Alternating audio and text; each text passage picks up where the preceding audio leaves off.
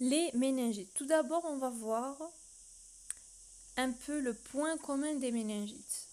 Ce qu'il faut savoir en premier, c'est que les méningites, la méningite en soi, c'est une urgence. Okay, c'est une urgence diagnostique et thérapeutique. Donc, il faut la diagnostiquer dans les 3 heures qui suivent l'arrivée du patient. Sinon, vous êtes dans une erreur médico-légale. Bien évidemment, la méningite en soi est une urgence. Mais des grosses urgences, c'est-à-dire les plus grosses urgences des méningites, c'est la méningite à herpès. Il faut traiter directement. Méningite à pneumocoque, méningite à méningocoque, méningite aussi à l'hystéria, la décapité et la tuberculose. Ça, c'est les 5 urgences, ou voire les 6 urgences très graves pour les méningites. C'est ce qu'il faut vraiment connaître. On va faire comme ça d'autres à titre informatif, juste un petit mot sur ça. Mais ce qu'il faut retenir, c'est la méningite à herpès, au pneumocoque, au méningocoque, à l'hystéria et la décapité. Après, il y a aussi la tuberculose qu'il faut aussi retenir. Pour le pneumo et méningo, c'est en fait des bactériémies, on va dire, très aiguës. Donc, il faut retenir ça, on va les voir. Donc, pour commencer par le commencement, on va d'abord déchiffrer le mot méningite. C'est quoi ce mot? Ce mot, au fait, vous n'avez pas le droit de l'utiliser avant de faire la PL. C'est après avoir fait une ponction lombaire qu'on est dans le droit d'utiliser le mot méningite. Et pas que, on a fait la PL et on a retrouvé un liquide céphalospinal ou cérébrospinal ou céphalorachidien qui est anormal. Anormal en dehors d'une hémorragie méningée. C'est-à-dire, j'ai fait ma ponction lombaire, j'ai déduit que le liquide céphalospinal, quand on l'a analysé, quand on a fait son analyse biochimique et microbiologique, on est revenu sur le fait que c'était un liquide anormal et que ce n'était pas une hémorragie méningée. Donc ça, c'est la définition de la méningite. Si on vous dit de définir la méningite, vous devez dire que c'est un liquide cérébrospinal anormal, c'est-à-dire on voit le liquide cérébrospinal après la ponction lombaire en dehors d'une hémorragie méningée. C'est cette phrase-là qui est correcte et seule cette phrase. Donc, ok, notre LCR est anormal. Est-ce qu'il est purulent? Donc, sa couleur et tout. Juste déjà à partir de l'aspect, est-ce que c'est purulent? Donc, si c'est purulent directement, c'est bactérien. C'est une méningite purulente, bactérienne. Et si c'est clair, ça peut être normal, ok, parce que le LCR il est normal, il est clair, ou bien c'est une méningite à liquide clair, selon la glycorachie, la protéinorachie, etc. On va voir. Donc, ça, je pense que c'est compris jusque-là. Maintenant, avant de parler de la méningite en soi, on va parler du syndrome méningé, c'est-à-dire avant de faire la PL. Pourquoi je vais faire la PL? Parce que j'ai un syndrome méningé qui me fait suspecter une méningite, qui m'incite à faire la PL. Donc, il va faire suspecter une méningite. Il faut savoir que dans le syndrome méningé, tout est inconstant, sauf les céphalées, elles sont toujours présentes. Et chez l'enfant, elles peuvent se manifester par des cris incessants et tout, parce qu'il ne va pas s'exprimer ou vous dire que j'ai mal à la tête. Donc, il y a dans le syndrome méningé 2 syndromes. Il y a le syndrome fonctionnel et il y a le syndrome physique. Pour le syndrome fonctionnel, vous avez les céphalées qui vont être, elles ont des caractéristiques qu'il faut retenir. D'ailleurs, même dans les hémorragies méningées, c'est presque la même chose. C'est pour ça qu'on dit qu'on doit d'abord éliminer une hémorragie méningée. Donc, parce que dans le syndrome méningé, on a l'hémorragie méningée, on a la méningite et on a beaucoup d'autres. Donc, le syndrome fonctionnel, on a les céphalées, elles sont là intenses, diffuses en casque, ne répondent pas au traitement antalgique. Très important. Les vomissements, ils sont engés et ils ne sont pas influencés par les repas. Contrairement aux vomissements dans l'HIC, voilà, dans l'hémorragie méningée et tout. Donc là, dans ce cas-là, l'HIC par exemple, ils sont soulagés par les céphalées sont soulagées par les vomissements. Donc là, il faut pas retenir dans ce cours-là. Il faut juste retenir que les vomissements sont engés. Dans ce cas, ils ne sont pas influencés par les repas. Et on peut avoir aussi une constipation, mais il faut savoir que c'est un signe qui survient un peu tardivement. Et plus ou moins, on peut avoir une fièvre qui s'installe, qui est brutale, avec des frissons qui peut être masqués si le malade a pris des antipyrétiques, donc des antipyrétiques, ceux qui vont baisser la température, et aussi des corticoïdes. Voilà, donc on parle s'il y a une fièvre d'un syndrome méningé fébrile et ça nous oriente plus vers une méningite purulente. Mais si elle n'est pas présente, ça n'élimine rien. Ça, c'est pour le syndrome fonctionnel. Retenez-moi bien les céphalées et les caractéristiques des céphalées. Les vomissements et la constipation, elle peut y être comme elle peut ne pas y être. Et même la fièvre. C'est pas un critère qui fait en sorte qu'on va déterminer un syndrome méningé. Même si la fièvre n'est pas présente, on peut être dans un syndrome fonctionnel. Donc, pour résumer le tout, un patient qui vient pour céphalée, je pense à une méningite directement, car ils vont comment dirais-je, car je suis amenée à le traiter dans les 3 heures qui suivent son arrivée. Donc, je dois être rapide. Donc, je pense devant toute céphalée à une méningite. Et aussi un syndrome physique, aussi qui peut ne pas être présent, l'attitude en chienne de fusil, dos tourné à la lumière, c'est la photophobie. On a aussi la phonophobie, la raideur de la nuque, le signe de Kerning et le signe de Brudzinski. Ça aussi, c'est des signes qui sont positifs. Vous pouvez les rechercher, c'est simple. Quand on fait la flexion des pieds, donc ils vont tomber et tout. Donc c'est le Kerning et le Brudzinski qui sont positifs. Donc là, je viens de récapituler des points très très importants à savoir. Ok. Maintenant, là, on est en train de parler d'une méningite, ok. On a un LCS qui est anormal, en dehors d'une hémorragie méningée, je suis devant une méningite. Maintenant, c'est quand que je vais rajouter le mot encéphalite, donc c'est une méningoencéphalite. Donc, dans ce cas, s'il y a un trouble de la conscience, qui va de la confusion au coma, donc c'est-à-dire que le parenchyme cérébral, dans ce cas, il est touché. Il n'y a pas que les méninges, il n'y a pas que les enveloppes, la pimère, l'arachnoïde et la durmère qui sont inflammées. C'est ça d'ailleurs la méningite, c'est l'inflammation des méninges. Mais ici, il y a aussi l'encéphale qui est inflammé. Donc, on va avoir comme signe clinique des troubles de la conscience, de la confusion, etc. Donc, si on vous dit dans un cas clinique qu'il y a un patient qui vient pour céphalée avec trouble de la conscience, vous allez dire que je suspecte déjà un syndrome méningé. Après avoir fait un syndrome, c'est pas méningé que vous allez dire, mais méningo-encéphalitique, parce qu'ils vous ont dit qu'il y a des troubles de la conscience. Après l'APL, je peux parler du méningite. Selon l'aspect du LCS, je peux parler du méningite purulente ou liquide clair, etc. Après, on va voir les examens de certitude. Donc, il faut savoir que chez le nourrisson, ça peut se manifester par d'autres signes, comme la fontanelle antérieure qui est bombante, comme d'autres anomalies neurologiques, des convulsions, un purpura. Chez l'âgé, le sujet âgé, on pourrait avoir des troubles neuropsychiatriques, de la confusion mentale. Et on a 3 signes de gravité en général dans les méningites qui peuvent nous orienter. On a le purpura nécrotique fulminant. Donc dans ce cas, ça nous oriente plus vers le méningocoque et il faut injecter tout de suite un antibiotique amoxicilline C3G, ce que vous avez en ambulatoire, à la maison, en ambulatoire ou directement à l'hôpital, mais le plus rapidement possible parce qu'un purpura nécrotique fulminant, c'est la nécrose. On a le sepsis sévère au choc septique aussi, c'est un critère de gravité, c'est un signe de gravité et l'association aussi méningo-encéphalite. Tant qu'il n'y a que les méninges qui sont inflammés, c'est un signe mieux que le fait que même l'encéphale est inflammé.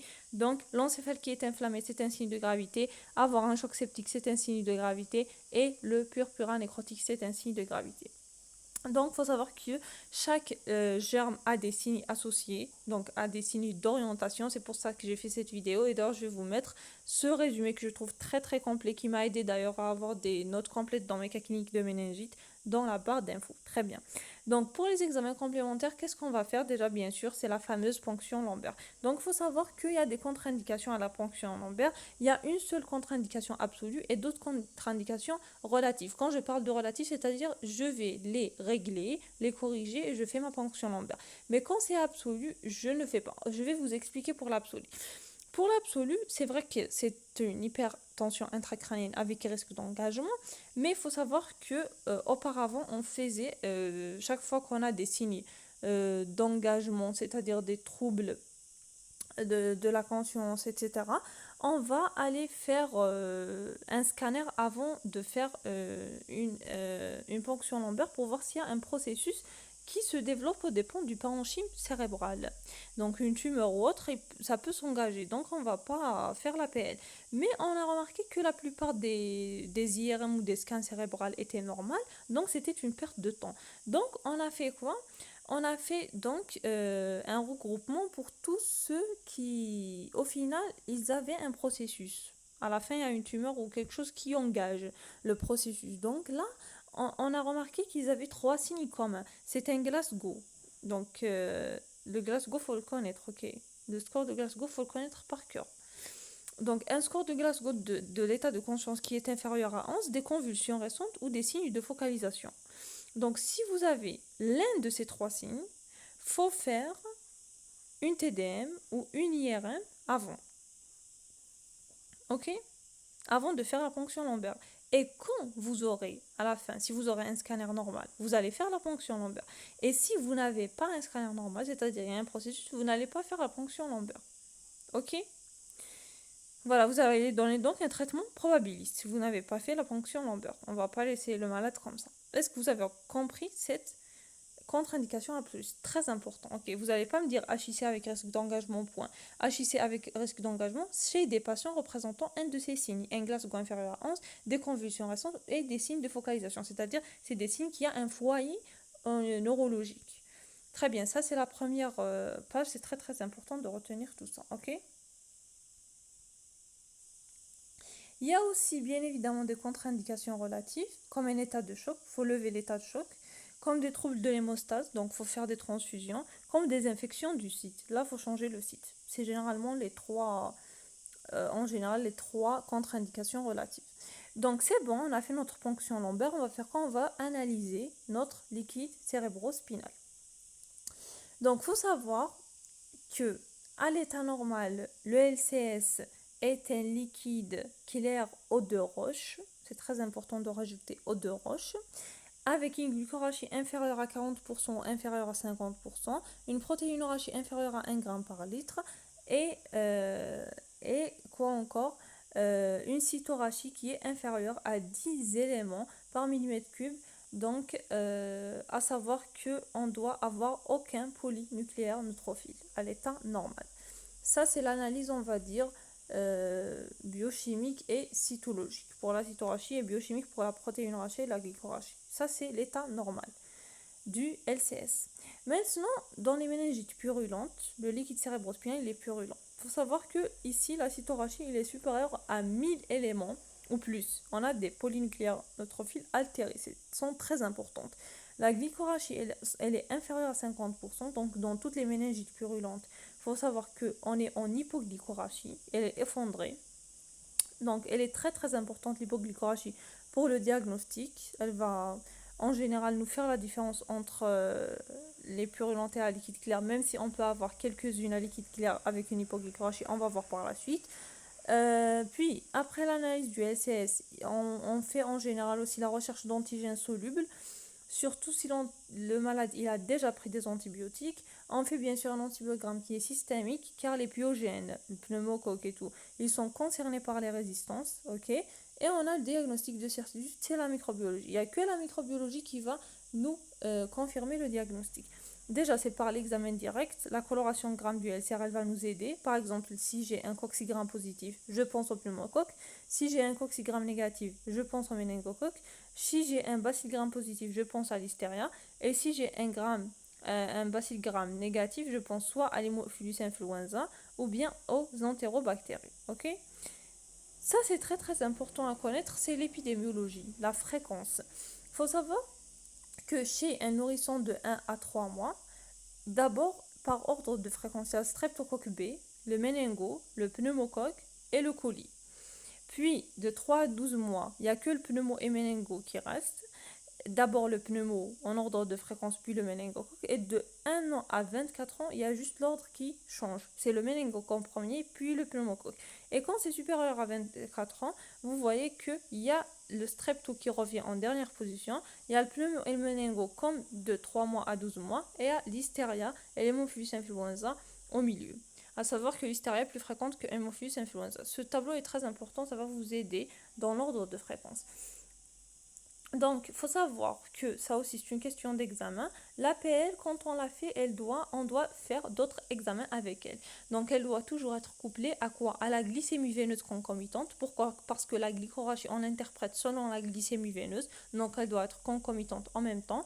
On va faire bien sûr des hémocultures. C'est elles qui vont nous retrouver le germe et nous confirmer. Parce qu'avant qu'il passe au méninge, il a passé au niveau du sang pour aller vers le cerveau et les méninges. Et aussi un ionogramme pour trouver s'il y a une hyponatrémie ou autre, parce que c'est un critère aussi de gravité. Ok, donc il y a trois, on va dire pas que trois, il y a aussi le bilan inflammatoire, la CRP, la procalcitonie, la formule pour chercher une hyperleucocytose à polynucléaire neutrophile, les lactates aussi. Les lactates aussi, ça peut nous renseigner sur un état de choc, si elles sont sceptiques, si elles sont supérieures à 2 millimoles. Ok, donc là, c'est un peu les examens à faire. C'est surtout la glycémie veineuse, l'hémoculture et l'ionogramme. Bien sûr, le bilan inflammatoire, la formule, les lactates, ça, c'est bien avant. Ok, ça, c'est en général ce qu'il faut retenir. Maintenant, pour le traitement, là, j'ai juste fait comme ça en général, mais on va voir après chaque germe seul. Donc, le traitement, on ne peut pas faire donc de ponction lombaire si on ne peut pas faire de ponction lombaire, ou bien il y a une contre-indication. Par exemple, on a trouvé au scan, quand il y avait une HIC avec risque d'engagement, un processus, une tumeur. Donc là, c'est un traitement probabiliste. Selon si on a des arguments ou pas pour la listériose. Parce que la listériose, un peu, c'était un cas spécial. On va voir après les arguments. Donc, si on n'a pas d'argument, on va donner une céphalopore troisième génération, c'est-à-dire la céphotaxime, 300 mg par kilogramme en cas de perfusion. Si on a des arguments, on va donner toujours la céphotaxime à 300 mg par kilogramme, mais on va rajouter de l'amoxicilline et de la gentamicine pour couvrir la listériose. L'amoxicilline à 200 mg par kilo en cas de perfusion, et la gentamicine, c'est 5 mg par kilo en une perfusion. Chez l'enfant, il faut savoir que la céphotaxime ne doit pas dépasser 12 grammes par jour. C'est très important de retenir ça. Quand on peut faire la ponction lombaire, donc déjà on va voir selon l'examen direct, on est orienté. Déjà on a fait l'examen direct, on est orienté. Donc les premières 24 heures, on ne va pas adapter la céphotaxime selon le débit de filtration glomérulaire. C'est après 24 heures qu'on va adapter s'il y a une insuffisance rénale. Ça c'est juste une information en plus. Après, si on a une allergie au bêta-lactamine, on va voir par la suite donc qu'est-ce qu'on va donner. Donc là c'est juste pour voir selon les étapes, si on peut faire l'APL ou pas, à l'examen directrice qu'on retrouve, et s'il y a l'allergie au bêta-lactamine, quel est le relais. Maintenant, il faut savoir qu'il y a un volet sur la corticothérapie, la dexaméthasone, qui doit être injectée, il faut savoir, de façon concomitante à la première injection d'antibiotiques, mais c'est que dans les infections méningites à pneumocoque, ok. Si on dépasse les 12 heures, il n'y a aucun effet, donc elle doit être injectée d'une façon concomitante à la première injection d'antibiotiques. Donc pas au-delà de 12 heures, mais si on est inférieur à la 12e heure depuis qu'on a injecté l'antibiotique, là on peut la donner. En fait, il y a des indications pour donner cette corticothérapie. La plus connue, c'est donc l'infection à pneumocoque, ok. Donc on va voir ces indications-là juste maintenant. Donc, pour les indications à la corticothérapie rapidement, donc on a le pneumocoque quel que soit l'âge, le méningocoque chez l'adulte, l'hémophilus influenza chez l'enfant et le nourrisson.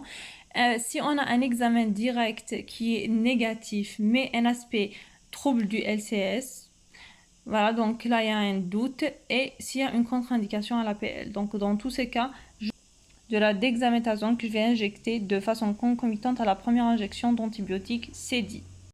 Bien sûr, il n'y a pas que la corticothérapie et l'antibiothérapie qu'on donne. On donne aussi un traitement symptomatique. Soit c'est l'admission en réanimation. Donc pour l'admission en réanimation, ce qu'il faut retenir, c'est qu'on ne va pas admettre tout le monde à la réanimation. Mais il y a des cas spéciaux, ok. On va donc qu'on va orienter vers la REA.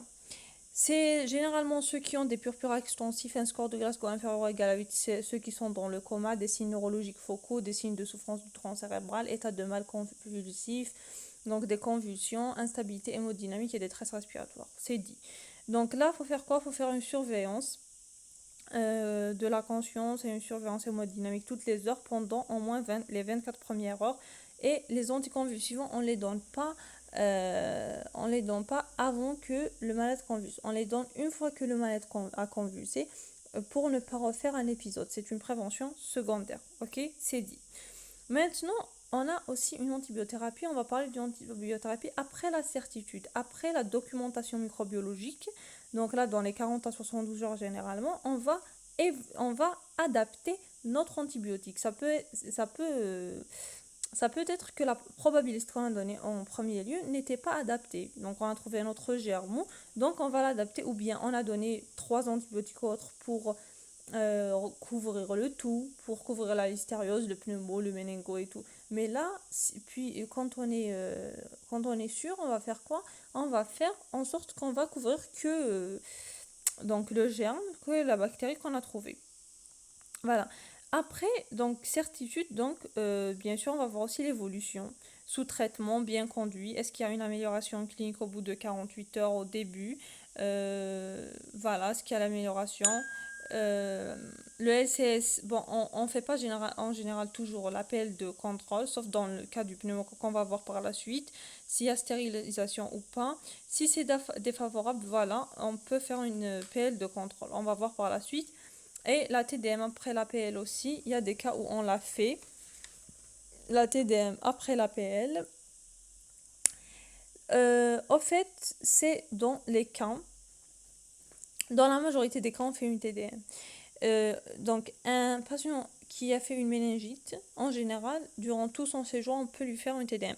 Généralement, si c'est une méningite à bactéries autre que pneumocoque ou méningo, si c'est une méningite donc avec un individu qui a des antécédents de traumatisme crânien, si c'est une méningite à pneumo avec suspicion de brèche ostéodurale, donc là il faut la fermer, il faut faire une TDM.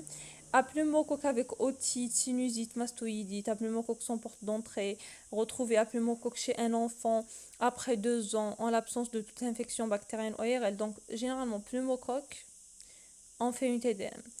Et aussi quand il y a des traumatismes crâniens auparavant. Ça, c'est juste pour résumer la TDM après la PL quand on l'a fait.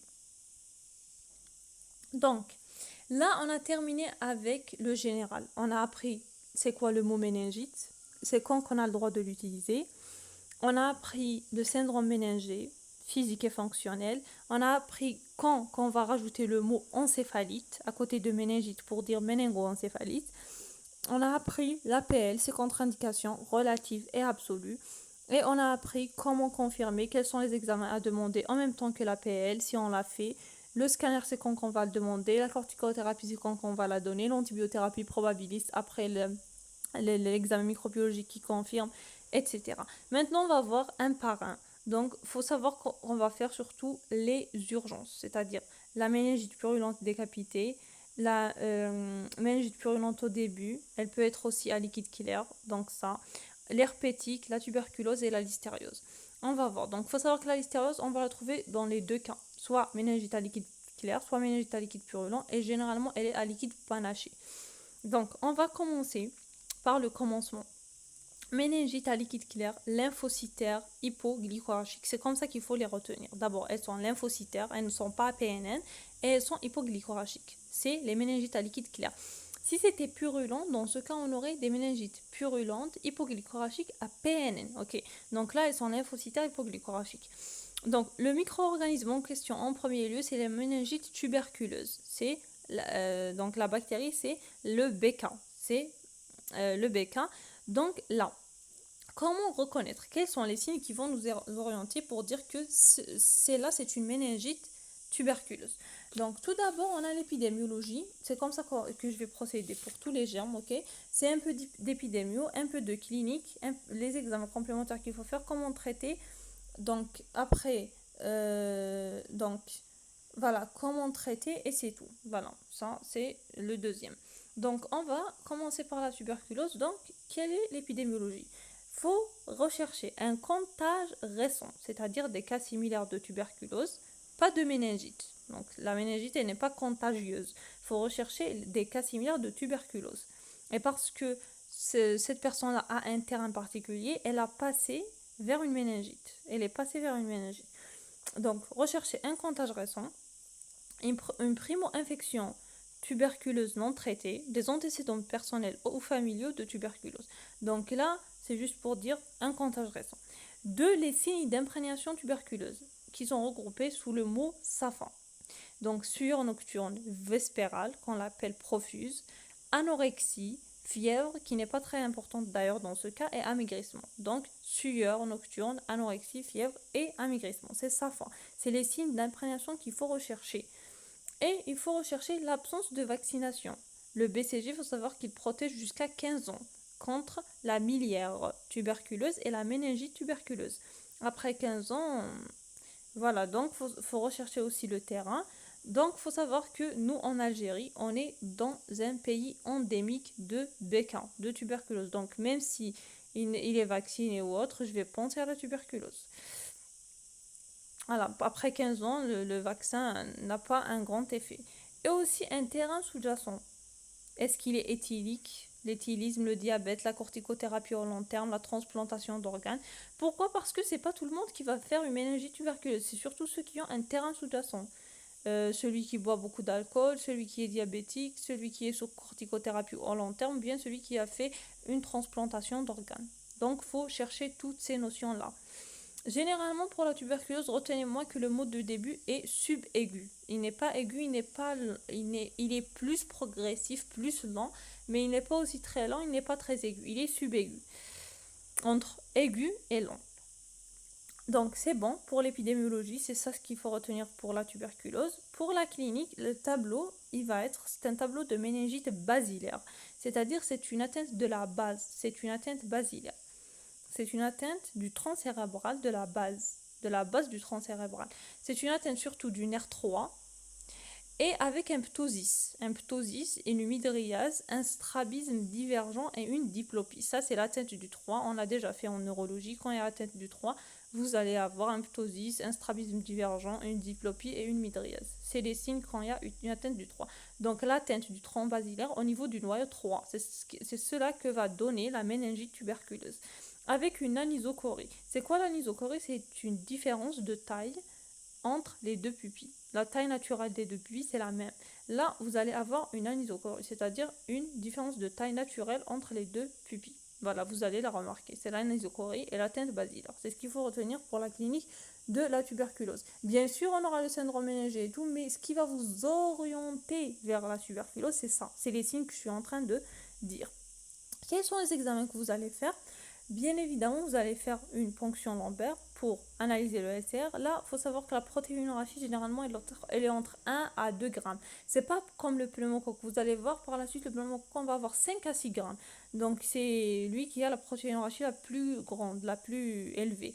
Donc là, vous allez avoir une protéinurie entre 1 à 2 grammes par litre. Et donc, notre examen de confirmation de certitude, c'est quoi? C'est la culture sur le milieu de Loewenstein avec la coloration de Zeil-Nelson et aussi la PCR dans le LCR qui est spécifique mais pas très sensible. Donc retenez-moi la PCR et la culture sur milieu de Loewenstein-Johnson. Et donc la radiologie aussi, bien sûr on fait le téléthorax vu que la tuberculose c'est les poumons qu'elle aime. Donc voilà, on pourrait avoir un foyer primaire donc au niveau des poumons, TDM, IRM bien sûr, qui va trouver des lésions nodulaires, tuberculosis, sus et sous-tentorielle. Et autre, on peut faire aussi l'IDER à la tuberculine, la bacilloscopie, etc. Mais retenez-moi ce que j'ai souligné en vert. Comment on va traiter cette méningite tuberculeuse? C'est avec, bien sûr, la quadrithérapie de RHZE pendant 2 mois et le RH pendant 7 mois. Donc, au total,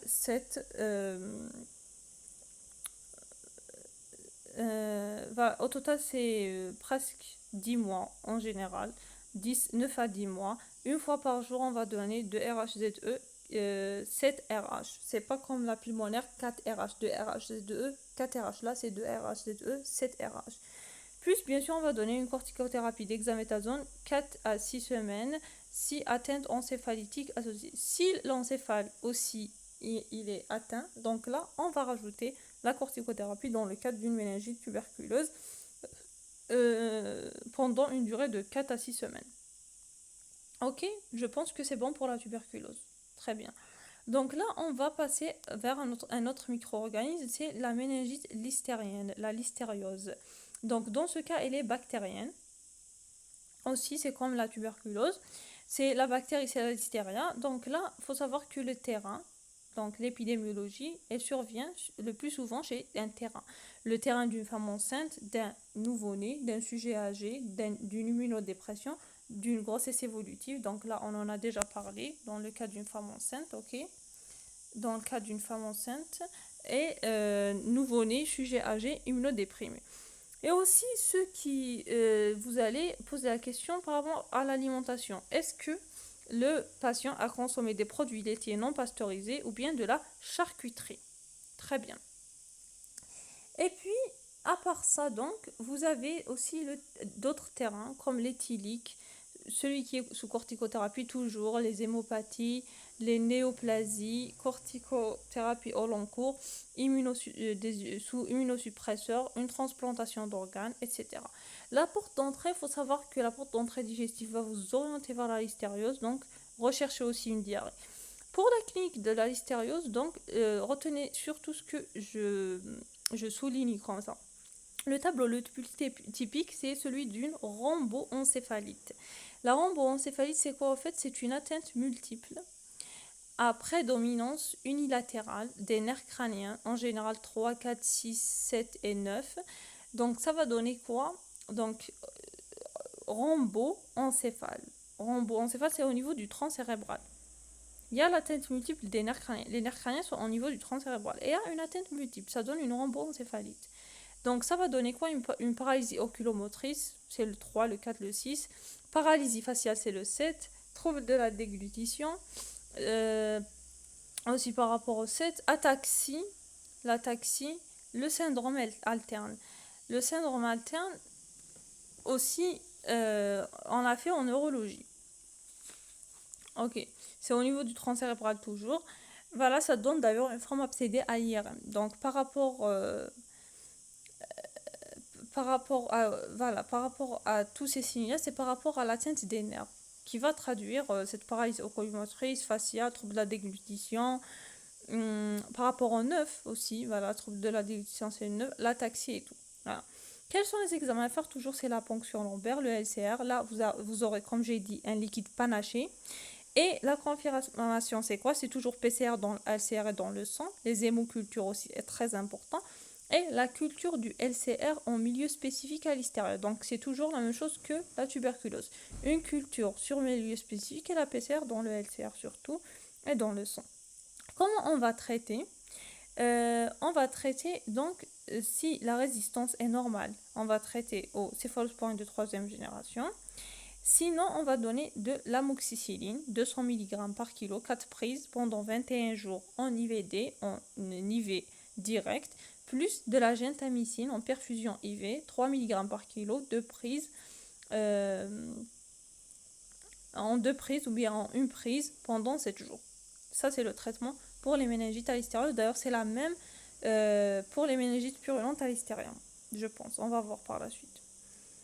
On va voir un troisième micro-organisme, c'est les méningites à Cryptococcus. Ça, celui-là, c'est un champignon opportuniste. Il peut donner une hypoglycorachie, comme il peut donner une normoglycorachie. L'épidémie, c'est généralement le Cryptococcus, c'est chez les terrains immunodéprimés, surtout VIH positif, greffé d'organes sous immunosuppresseurs, hémopathie maligne, etc. Mais retenez surtout le VIH. Il y a une notion de comportement à risque de VIH qu'il faut rechercher. Donc, généralement, c'est un patient qui n'a pas une bonne immunité. Donc, il ne va pas avoir beaucoup d'inflammation. Il y aura peu de céphalée. Il arrive au stade d'hypertension intracrânienne. Et là, on peut avoir un peu de céphalée. Pour la clinique, c'est des signes d'HIC, comme on a dit. Généralement, il arrive vers l'HIC, il arrive vers l'engagement et tout.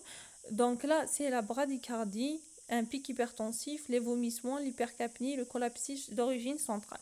Pour les examens complémentaires, on va faire l'APL, donc on va analyser notre LCR, on peut trouver une cytorachie normale. La confirmation, c'est l'examen direct à l'encre de Chine. Donc, généralement, dans les QCM, on vous dit Cryptococcus, retenez-moi VIH, retenez-moi Cnidacidité, retenez-moi cet examen direct à l'encre de Chine. Il y a beaucoup de profs qui aiment cette encre de Chine, ils l'adorent. Donc, retenez-moi ça, l'encre de Chine, et le PCR toujours dans le LCR. Donc là, la culture, l'examen direct, c'est en encre de Chine. C'est pas la culture ici, c'est un examen direct en encre de Chine. C'est avec cette coloration qu'on le voit. Comment on va traiter? C'est par une chimio-prophylaxie pour remonter les CD4 de 50 à un taux de CD4 supérieur à 200. C'est l'amphotericine B pendant 4 jours, puis le fluconazole pendant une durée de 6 à 8 semaines. Ok? Voilà, donc c'est ce qu'il faut retenir. Donc là, les petites remarques que j'ai écrites en bas, c'est juste qu'on pourrait avoir aussi des parasites comme le neuropaludisme et tout. La toxoplasmose, ça donne généralement un LCR normoglycorachique. Voilà, ça c'est pas très important. Et ça aussi pour l'hypoglycorachie avec prédominance PNN. Il faut savoir qu'une méningite purulente bactérienne au début, elle peut être normoglycorachique, et aussi la décapitée, elle peut être normoglycorachique.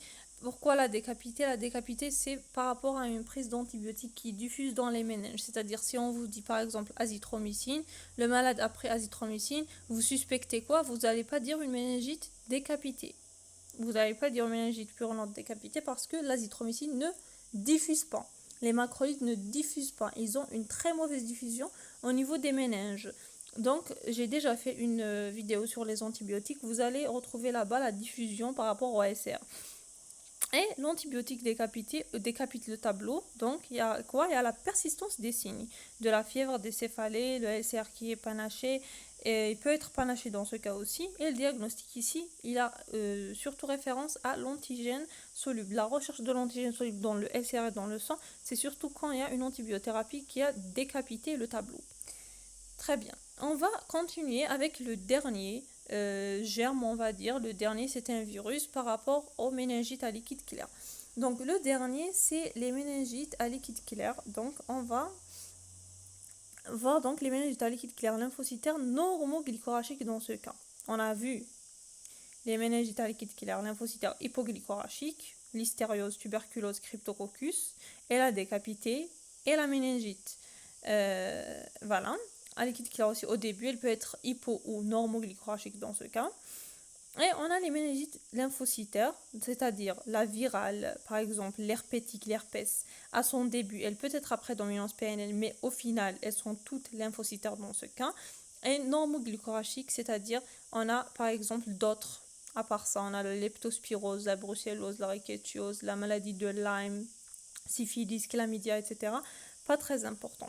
Donc là, vous allez retenir les virales, herpès, primo-infection à VIH, oscillorlienne, la coxsackie virale, la rougeole, la rubéole, la CMV, EBV, AVZV, la varicelle, l'hépatite, tout ça donne, donc juste pour vous dire que tout ça donne une méningite à liquide clair lymphocytaire normoglycorachique. C'est tout ce qu'il faut retenir.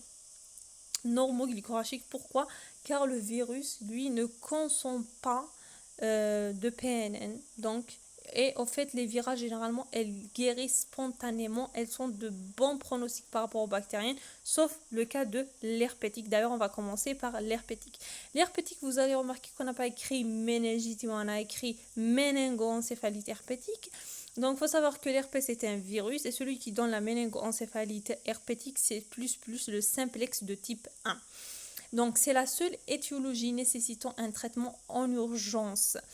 Donc, l'épidémio, le plus souvent, elle est due à un herpès. L'herpès, c'est de type 1, simplex, rarement le 2. C'est très rare le 2. Et en fait, c'est le petit enfant. C'est le petit enfant qui fait la primo-infection à l'herpès.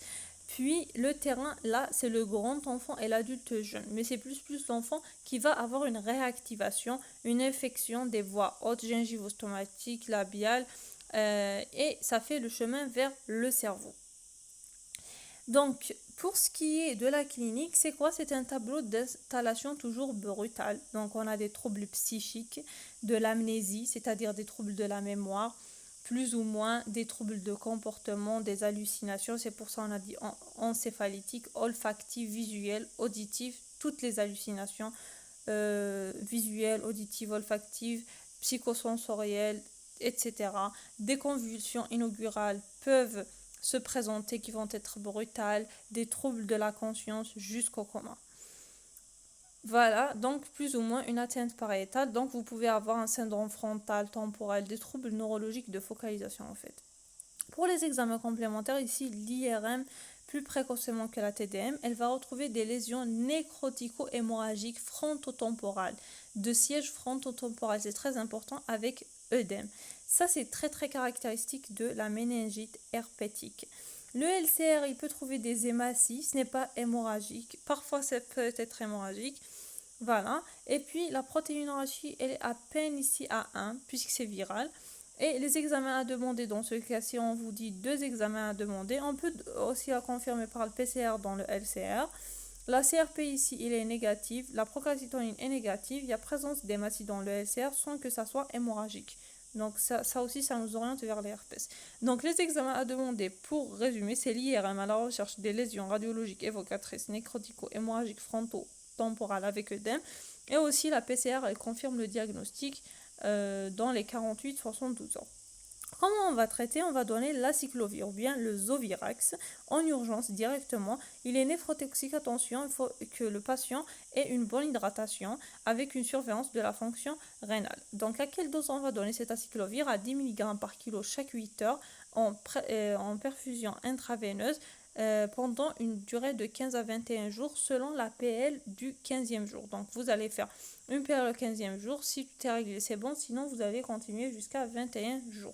Ça c'est pour l'herpès, c'est très très important, retenez-moi, grand enfant, adulte, jeune, ça donne quoi? Des troubles de la mémoire, du comportement, des hallucinations, des convulsions inaugurales. On va faire une IRM qui va retrouver des lésions nécrotico-hémorragiques frontotemporales et aussi une PCR qui confirme le diagnostic, et vous allez donner l'acyclovir, le Zovirax en urgence avec une surveillance de la fonction rénale vu qu'il est néphrotoxique. Très bien. Maintenant, on va passer à la primo-infection au VIH, juste un petit mot là-dessus. Donc, il faut savoir que dans ce cas, toutes les autres virales, elles sont d'évolution favorable. Donc, c'est une méningite virale aiguë bénigne. L'épidémie toujours rechercher des notions de conduite à risque de VIH, des comportements à risque, des comportements sexuels non protégés, la toxicomanie aussi, il s'échange des injections IV. À la clinique, il n'y a rien de spécifique. On peut avoir une méningite comme on peut avoir une méningoencéphalite. Les examens qui confirment, c'est l'antigénémie P24, la charge virale dans le sang et dans le LCR. Et le traitement, c'est des antirétroviraux. Donc là, on est arrivé aux méningites purulentes. Pour ce qui est des méningites purulentes, on commence par le méningocoque, puis le pneumocoque et on termine par la listériose. C'est ce qu'il faut vraiment retenir.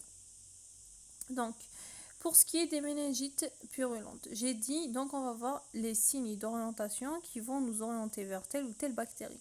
On commence par le méningocoque. Les méningocoques, quand on vous dit grand enfant ou un âge supérieur à 80 ans ou l'adulte jeune, généralement c'est les terrains.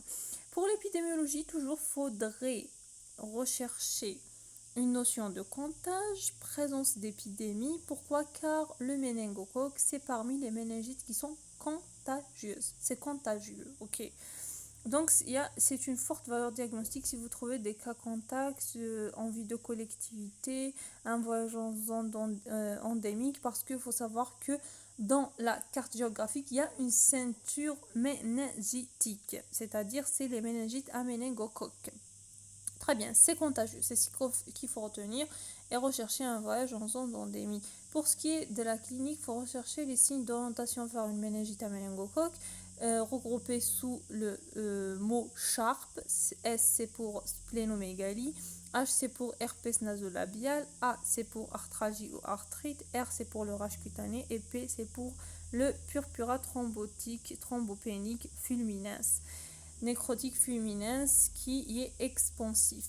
Donc, il faut savoir que si vous trouvez ces signes à splénomégalie, herpès nasolabial, arthralgie ou arthrite, rage cutanée ou purpura thrombotique, ça vous oriente vers le méningocoque. Et la présence d'un choc septique, d'un purpura expansif ou tout simplement purpura est une signature du méningocoque. C'est une signature. Le purpura signe le méningocoque. Et aussi, une pharyngite récente, c'est une porte d'entrée généralement.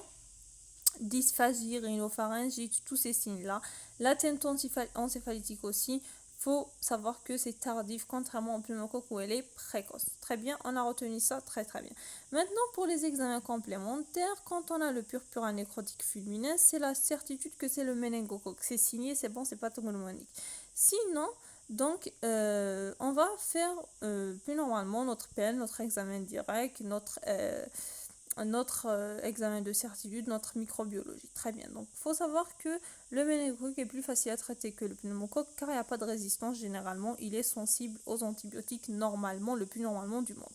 Donc, on va d'abord donner un antibiotique probabiliste. Ok, une antibiothérapie probabiliste avant la PL. C'est la céfotaxime, 300 mg par kilo en cas de perfusion. Donc, c'est bon, on a notre PL, c'est un liquide purulent. On va donner la céfotaxime, 300 mg par kilo en cas de perfusion. Après avoir fait l'examen direct et on retrouve, ça nous oriente vers le méningo. Donc là, on va donner la céfotaxime 200 mg kilo en cas de perfusion. Ok, donc on diminue. Puis, donc, s'il n'y a pas de PL, si on ne peut pas faire la PL, si c'est contre-indiqué, on va donner toujours céfotaxime 300 mg. Et si on a une allergie au bêta-lactamine, vu que c'est une céphalosporine de troisième génération, on va associer la vancomycine et la rifampicine. Si on a l'examen direct, c'est positif, c'est bon, et qu'il y a une allergie au bêta-lactamine, on va donner la ciprofloxacine et la rifampicine. Ça fait un peu de détail. Et la dexaméthasone, on a dit que c'est que chez l'adulte, je l'ai déjà dit, on va donner 10 mg toutes les 6 heures pendant 4 jours. Si on a la certitude étiologique, c'est bon, c'est le méningocoque, on va donner un antibiotique selon la CMI, selon la concentration minimale inhibitrice de l'amoxicilline. On va donner, si c'est inférieur à ou égal à 0,12 mg à 0,125 mg par litre, donc là, si la CMI elle est inférieure ou égale à 0,12, on va donner l'amoxicilline à une dose de 200 mg ou bien la céphalosporine troisième génération, céfotaxime à la dose de 200 mg kg jour.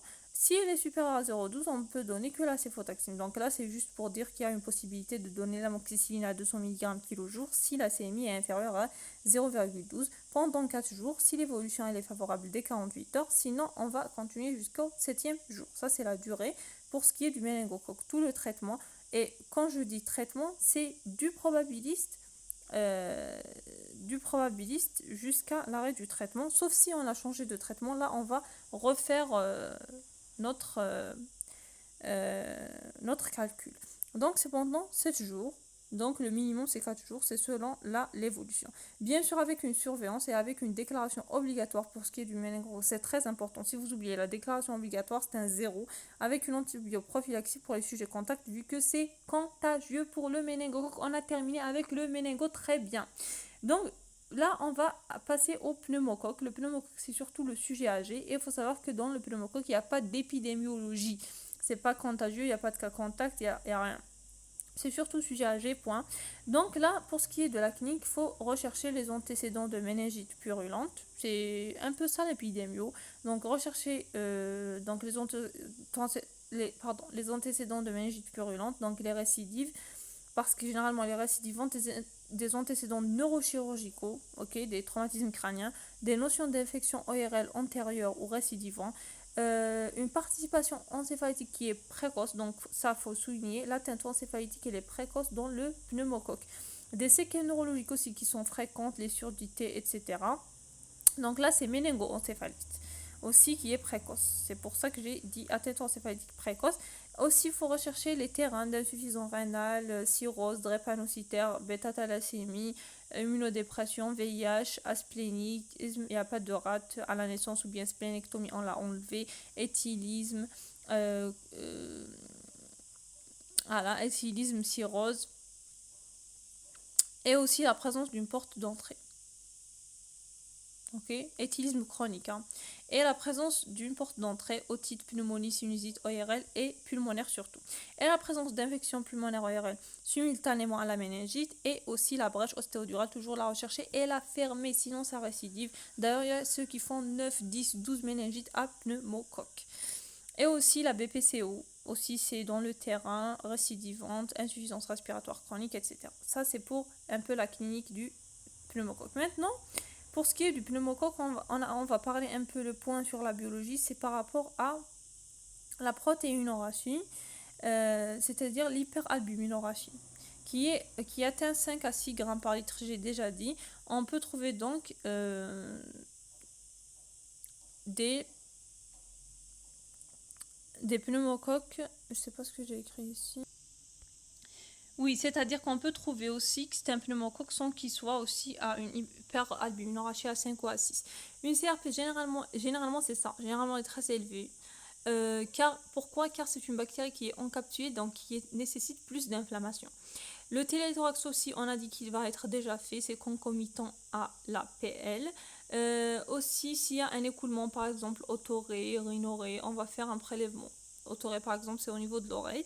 Bien sûr, il faut faire un prélèvement au maximum, les prélèvements c'est au max. S'il y a une porte d'entrée aussi, faire des prélèvements. Le traitement, il faut savoir qu'il est de sensibilité diminuée à la pénicilline.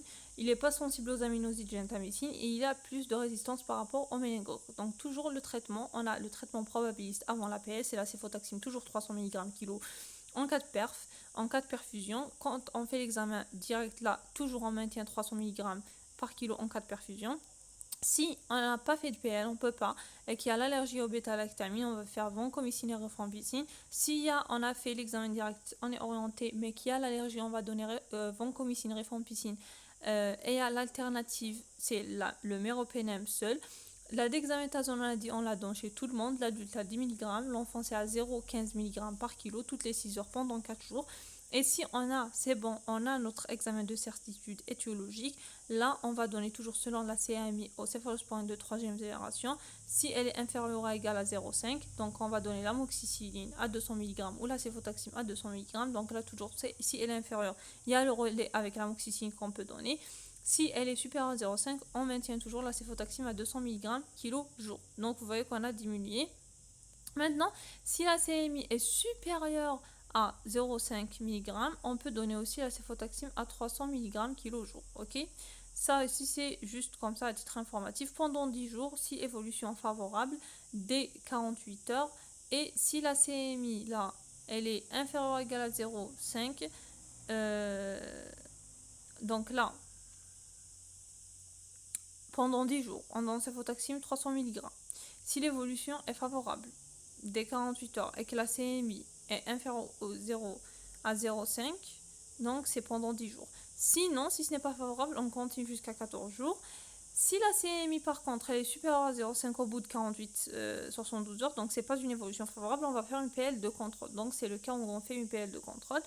Aussi la TDM, donc oui, on a dit que dans le pneumocoque, généralement on va avoir une TDM au cours de la méningite parce qu'il y a les brèches, il y a les portes d'entrée, etc. Et aussi, attention, dans le pneumocoque, il faut traiter la porte d'entrée et aussi la surveillance, attention. Donc, pour le méningo, retenez-moi que c'est contagieux, retenez-moi le Sharp, retenez-moi le purpure thrombotique, retenez-moi qu'on donne généralement la céfotaxime 200 mg en cas de perfusion. Pour le pneumocoque, retenez-moi l'atteinte encéphalitique qui est précoce, retenez-moi la présence d'une porte d'entrée, retenez-moi la céfotaxime, généralement on la donne à 300 mg kg jour avec une surveillance. Et retenez-moi attention pour le méningo, qui a une déclaration obligatoire. Pour ce qui est de la listériose, c'est à peu près la même chose que les méningites à liquide clair. Le terrain, c'est la femme enceinte, c'est les sujets âgés, c'est les nouveau-nés, c'est les immunodéprimés. Il y a plusieurs tableaux, ça peut être brutal, progressif ou chronique. Il y a l'atteinte du tronc cérébral, comme on a dit, la paralysie des nerfs, des paires crâniennes. C'est la rhomboencéphalite, l'atteinte du rhomboencéphale où se trouvent donc les nerfs crâniens. Donc c'est l'atteinte simultanée de plusieurs nerfs crâniens, le 3, le 4, le 6, le 7, le 9, je pense aussi le 10, de façon unilatérale ou bilatérale, associée ou non à une hémiplégie contralatérale. Donc c'est ça le syndrome alterne aux atteintes crâniennes. Donc c'est l'atteinte unilatérale associée ou non à une hémiplégie contralatérale. C'est le syndrome alterne. Il y a la présence des signes basilaires, la paralysie, etc. Une notion de gastro-entérite car la porte d'entrée en général digestif. Et le LCR, il est généralement panaché. Donc c'est totalement la même chose que les méningites à liquide clair. Donc pour ce qui est du traitement, quand on fait l'examen direct, on va donner le traitement probabiliste. Il y a des arguments pour la listeria, donc on donne la céfotaxime à 300 mg, mais pas que, on donne aussi l'amoxicilline à 200 mg par kilo en cas de perfusion. Même la céfotaxime c'est en cas de perfusion. On rajoute aussi un aminoside qui est la gentamicine en raison de 5 mg par kilo en une perfusion. Si l'examen direct c'est bon, il est positif, donc là on va donner que l'amoxicilline en cas de perfusion avec la gentamicine 5 mg par kilo en une perfusion. Donc ça, c'est en vrai, vous devez souligner ça. C'est l'amoxicilline 200 mg par kilo en cas de perfusion, plus la gentamicine 5 mg par kilo en une perfusion. Si l'examen direct PCR négatif, donc là, avec une allergie au bêta-lactamine, vous donnez vancomycine, rifampicine et Bactrim pour ce qui est de la listériose pour recouvrir le tout. Par contre, si c'est positif, mais il y a une allergie au bêta-lactamine, on donne que le Bactrim. La certitude étiologique, c'est bon, c'est certain. Donc là, on va donner l'amoxicilline 200 mg par kilo par jour en cas de perfusion pendant 21 jours minimum, plus la gentamicine 5 mg par kilo par jour pendant 5 jours en une perfusion. Attention, la gentamicine et les aminosides sont néphrotoxiques, donc avec une surveillance rénale, toujours avec une surveillance. Pour les autres, c'est pas très important. Hémophilus influenza, vous avez généralement association d'une atteinte méningée conjonctivale, 30% étant sécréteurs de bêta-lactamine, lactamase, de bêta-lactamase, donc il y aura des résistances, principalement c'est chez l'enfant, chez l'adulte, déficit immunitaire quasi systématique. Pour les entérobactéries, exemple, E. coli, c'est une entérobactérie, il faut chercher une porte d'entrée, une bactériémie, une intervention chirurgicale. Pour le staph, chercher une endocardite à staph, localisation secondaire ou en embole vers le cerveau. Il y a aussi les BGN, juste à titre informatif, elles peuvent donner des méningites. Et aussi, on a les méningites décapitées. L'aspect du LCR, il est aussi panaché, c'est inconstant. L'albuminorachie limite, et on peut trouver qu'il n'y a pas d'hypoglycorachie, comme j'ai dit, on peut trouver une normoglycorachie. Le tableau clinique est décapité par notion de prise d'antibiotiques qui traverse la barrière méningée 24 à 48 heures avant. En général, c'est l'amoxicilline. Comme j'ai dit, augmenté ne traverse pas, azithromycine ne traverse pas, c'est généralement des pièges au niveau des QCM. Pour le strepto B, au fait, il traverse généralement la filière génitale. C'est pourquoi on l'a trouvé chez le nouveau-né de 1 à 2 mois et tout. Donc c'est materneux-fœtal. Généralement, même le strepto B, le BGN, l'hystéria, c'est ça. Et pour l'enfant, c'est une triple thérapie, généralement. Ok. Claforan, amoxicilline, Genta, etc. C'est pas important, ça c'est juste des détails. Là, je vais juste voir ce que j'ai écrit. Donc, il y a les signes de gravité du méningite, toute participation encéphalitique, comme j'ai dit, tout trouble hémodynamique, état de choc ou pas, donc faut remplir. Si il convulse, c'est en prévention secondaire, c'est pas en prévention primaire. Le purpura surtout extensif, donner directement de l'amoxicilline. Les signes d'HIC, il faut faire un TDM, troubles neurovégétatifs aussi. Les examens en général, pour résumer, c'est l'hémoculture. En premier lieu, les antigènes solubles, surtout s'il y a prise d'antibiotiques auparavant qui décapitent le tableau, PCR dans le sang, urine et LCR, les cultures toujours, Lanvin, Stein-Johnson, les examens directs aussi, encre de Chine pour ce qui est du cryptococcus, la tuberculose, donc il faut retenir le Lanvin-Stein-Johnson, etc., les milieux de culture spécifiques pour la hystériose, etc., et PS pour la méningite à herpès 1 ou 2. Les méningites sont donc c'est les méningites, il y a des méningites sans note encéphalitique, dites méningites de molarée récidivante. Il n'y a pas d'indication dans ce cas-là à mettre le traitement spécifique par la cyclovir. Donc ça c'est quand il n'y a pas de note encéphalitique. Mais pour l'herpès, on a dit c'est en urgence, c'est une urgence capitale et très grave où on doit mettre la cyclovir directement quand on a une méningo-encéphalite à herpès. Et je vous remercie.